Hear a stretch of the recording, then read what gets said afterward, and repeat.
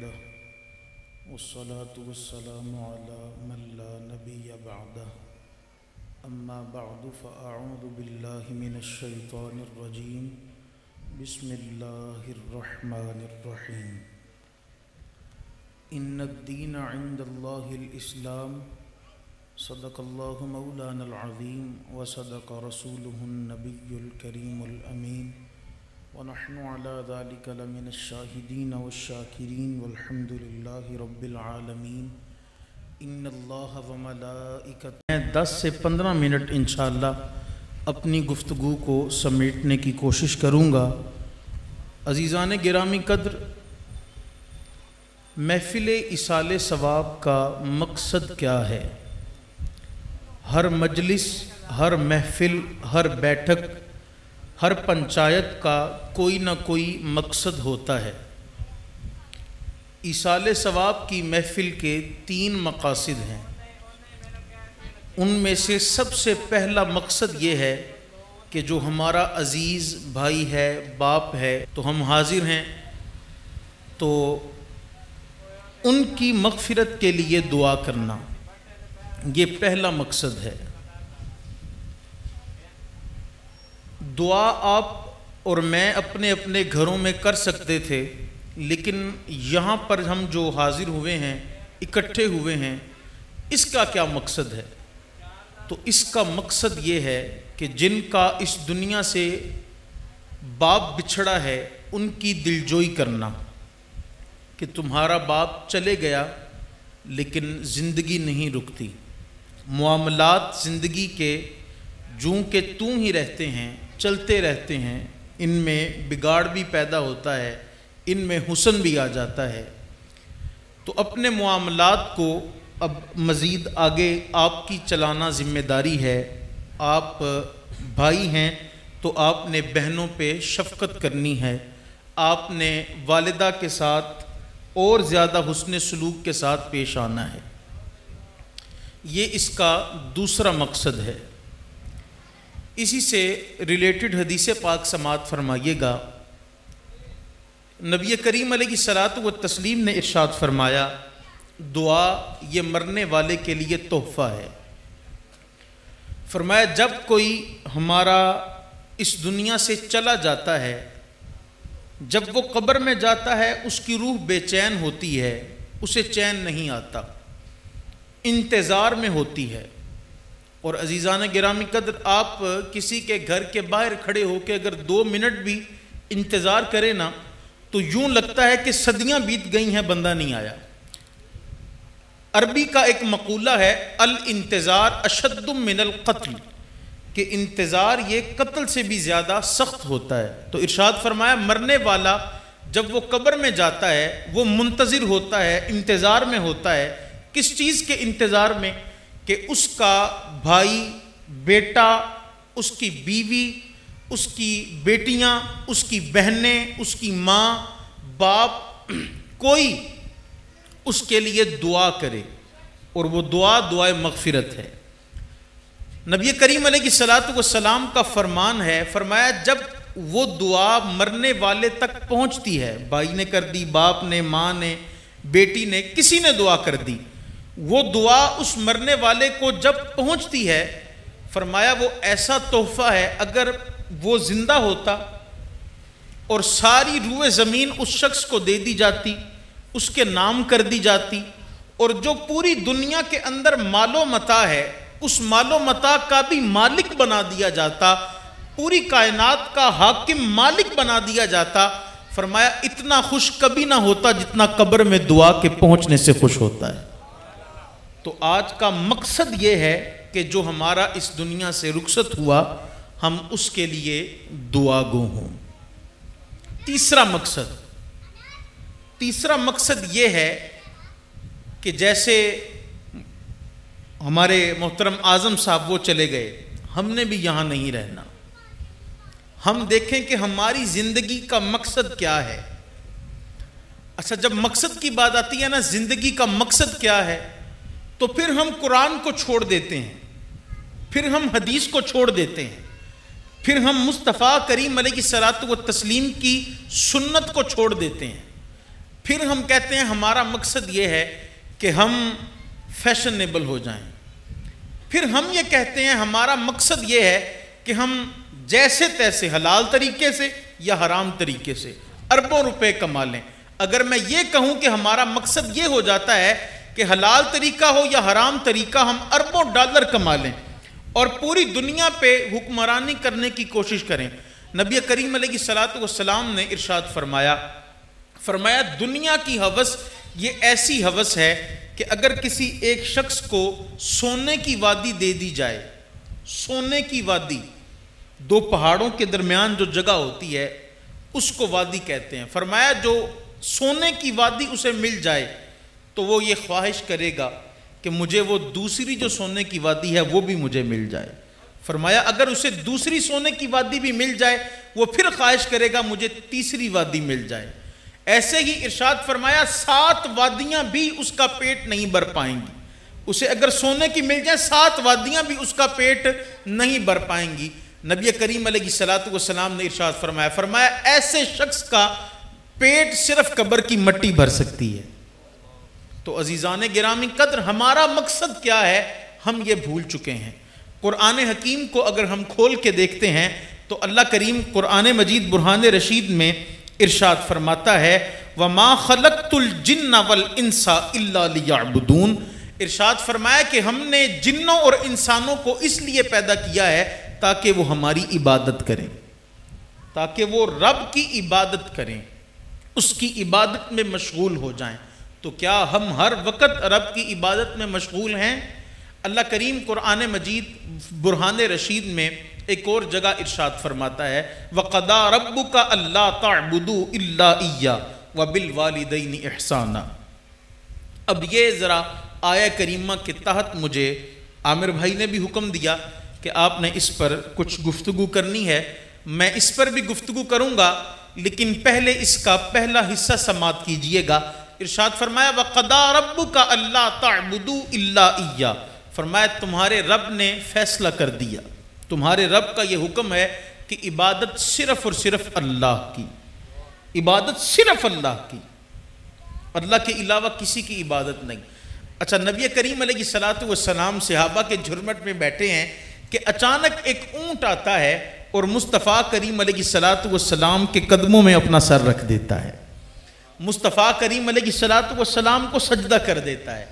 اب صحابہ کرام نے جب اس اونٹ کو سجدہ کرتے ہوئے دیکھا نا تو صحابہ کرام نے عرض کر دی اے اللہ کے نبی صلی اللہ علیہ وآلہ وسلم، یہ اونٹ ہے، جانور ہے، عقل بھی نہیں ہے، یہ آپ کو سجدہ کرتا ہے، یا رسول اللہ ہمیں اجازت دیجئے ہم بھی آپ کو سجدہ کرنا چاہتے ہیں۔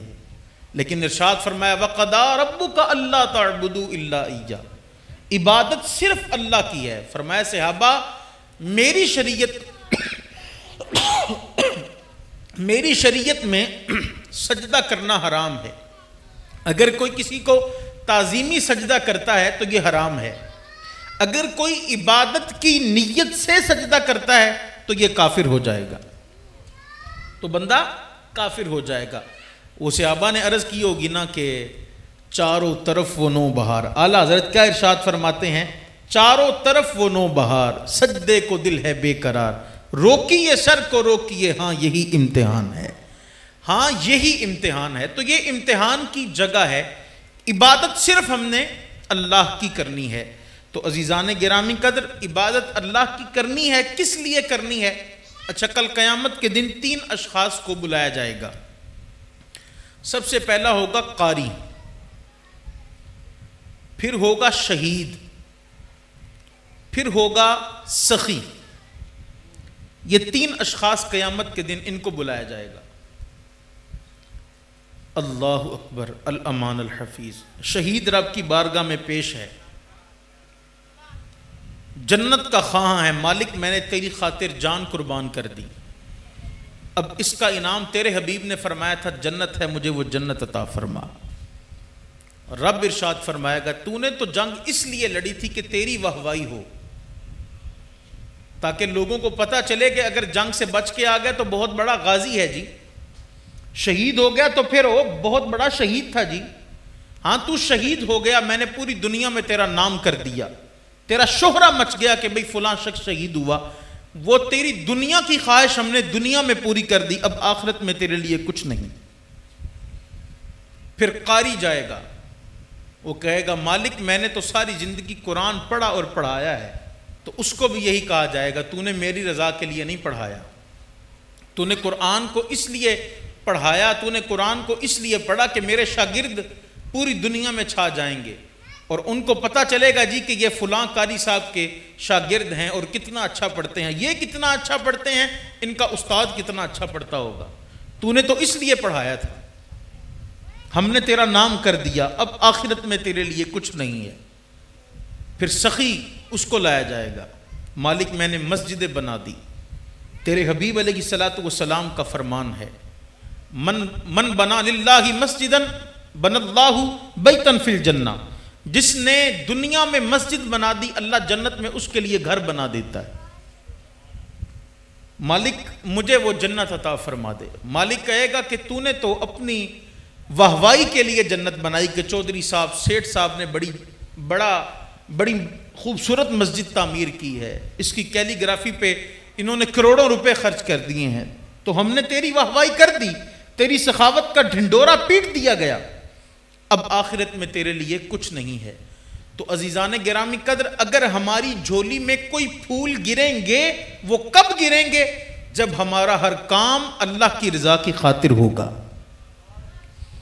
اگر اس میں یہ بات ہو کہ ہماری واہوائی ہو، ہماری بڑائی ہو، ہم آگے بڑھ جائیں، تو یہ بات ہرگز صحیح نہیں ہے۔ تو عزیزان گرامی قدر، ہر کام اپنا اللہ کی رضا کی خاطر کریں۔ آگے ارشاد فرمایا وَبِالْوَالِدَيْنِ احسانا، عبادت کے ساتھ متصل حکم اللہ کریم نے ماں باپ کے ساتھ حسن سلوک کو کہا ہے۔ صحابی رضی اللہ تعالیٰ عنہ حاضر خدمت ہوئے، عرض کی اے اللہ کے نبی صلی اللہ علیہ وآلہ وسلم، ارشاد فرمائیں حسن سلوک کے اعتبار سے مجھ پہ سب سے پہلا حق کس کا ہے؟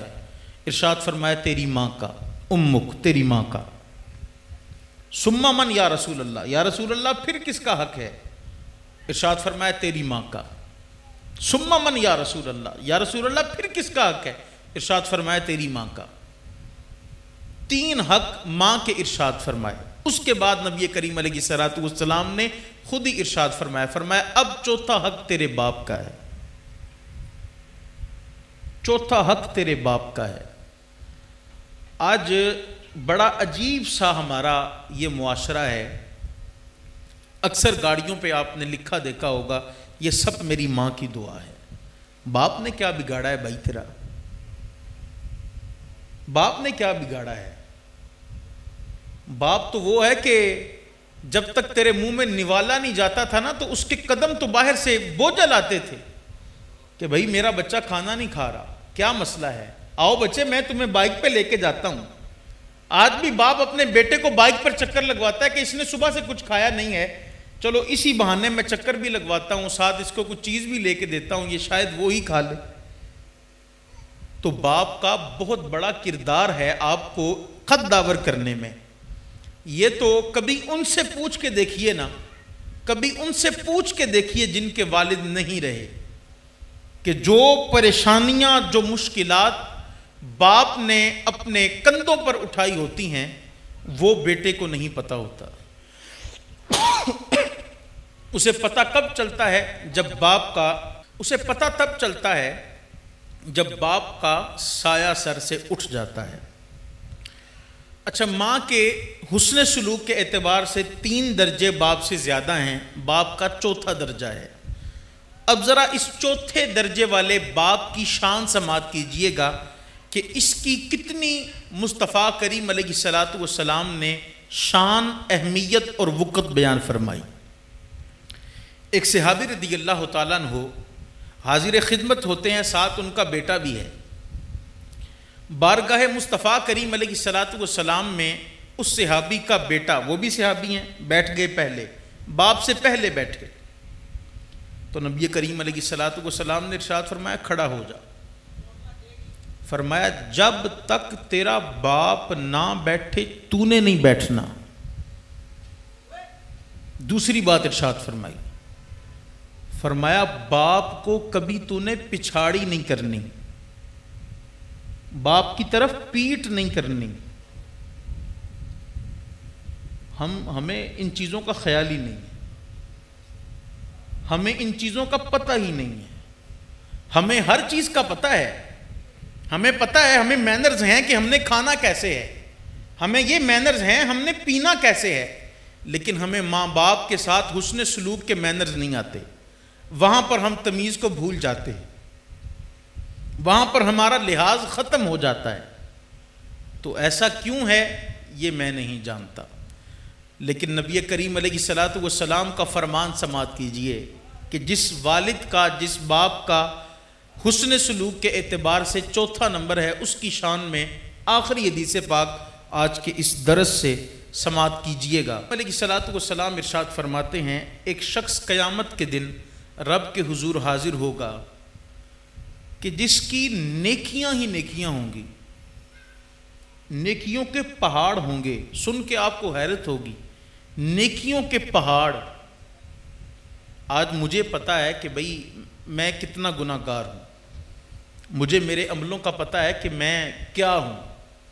یہ تو سرکار کے نام کا صدقہ اللہ نے عزت عطا فرما دی، لیکن مجھے پتہ ہے نا کہ میں کیا، میرے اندر کیا ہے، یہ تو مجھے پتہ ہے میرے عمل کیسے ہیں۔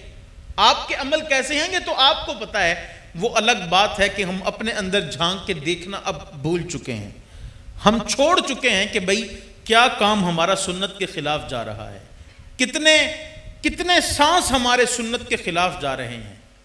یہ جیسے جیسے انسان کے سانس کم ہوتے ہیں یہ زندگی گزرتی جا رہی ہے، ہمیں اس کی اہمیت، ہمیں اس کی وقت ابھی معلوم نہیں ہوگی۔ ارشاد فرمایا کہ اس کے نیکیوں کے پہاڑ ہوں گے، نیکیوں کے پہاڑ، غلطی صرف ایک ہوگی، گناہ صرف ایک۔ اب یہاں پر اللہ نے اپنے نظام کو بدل دیا۔ نظام اس کا کیا ہے؟ کل قیامت کے دن لوگ مارے مارے پھرتے ہوں گے، نیکیاں اور بدی برابر ہوں گی، نیکیاں برابر، گناہ بھی برابر، نیکیاں گناہ برابر۔ آج ہم کہتے ہیں نا یار اب نیکی کر کے کی لبنا ہے، اے درود پڑھ کے کی لبنا ہے، اے اللہ دا نام لے کے کی لبنا ہے۔ تو یہ ایک نیکی کی وقت پتہ چلے گی قیامت کے دن، جب اعمال برابر ہوں گے نا، اور میدان محشر میں ارشاد فرمایا لوگ مارے مارے پھریں گے، کبھی باپ کے پاس، ماں کے پاس، بیٹے کے پاس، بہن کے پاس، بہنوئی کے پاس، فلانے کے پاس، یار کے پاس۔ جو ماں باپ اولاد پر زندگیاں قربان کرنے کو تیار، بیٹا ان کے پاس جائے گا، ماں جی بس ایک نیکی چاہیے، ابا جی ایک نیکی چاہیے، او تو میرا یار ہے، یار کیا ہوا ہے، او مجھے ایک نیکی چاہیے، لیکن وہ اسے نیکی میسر نہیں آئے گی، ہر ایک کو اپنی اپنی پڑی ہوگی۔ تو یہ نیکی کی وقت تب پتہ چلے گی۔ نیکیوں کے پہاڑ ہیں، گناہ صرف ایک گناہ۔ اللہ یہاں پر نظام بدل دیتا ہے، جس کی نیکیاں زیادہ ہوں گی وہ جنت جائے گا، گناہ کم ہے وہ جہنم جائے گا۔ لیکن ارشاد فرمایا کہ اس کو فرشتوں پکڑو اور ڈالو دوزخ میں۔ وہ عرض کرتا ہے مالک یہ کیا بات ہے، نیکیوں میری پہاڑ لگے ہوئے ہیں، گناہ میرا صرف ایک ہے، تو پھر مجھے دوزخ میں ڈال رہا ہے۔ فرمایا یہ تیرا ایک گناہ تیری ساری نیکیوں پہ بھاری ہے، تیرا ایک گناہ تیری ساری نیکیوں پہ بھاری ہے۔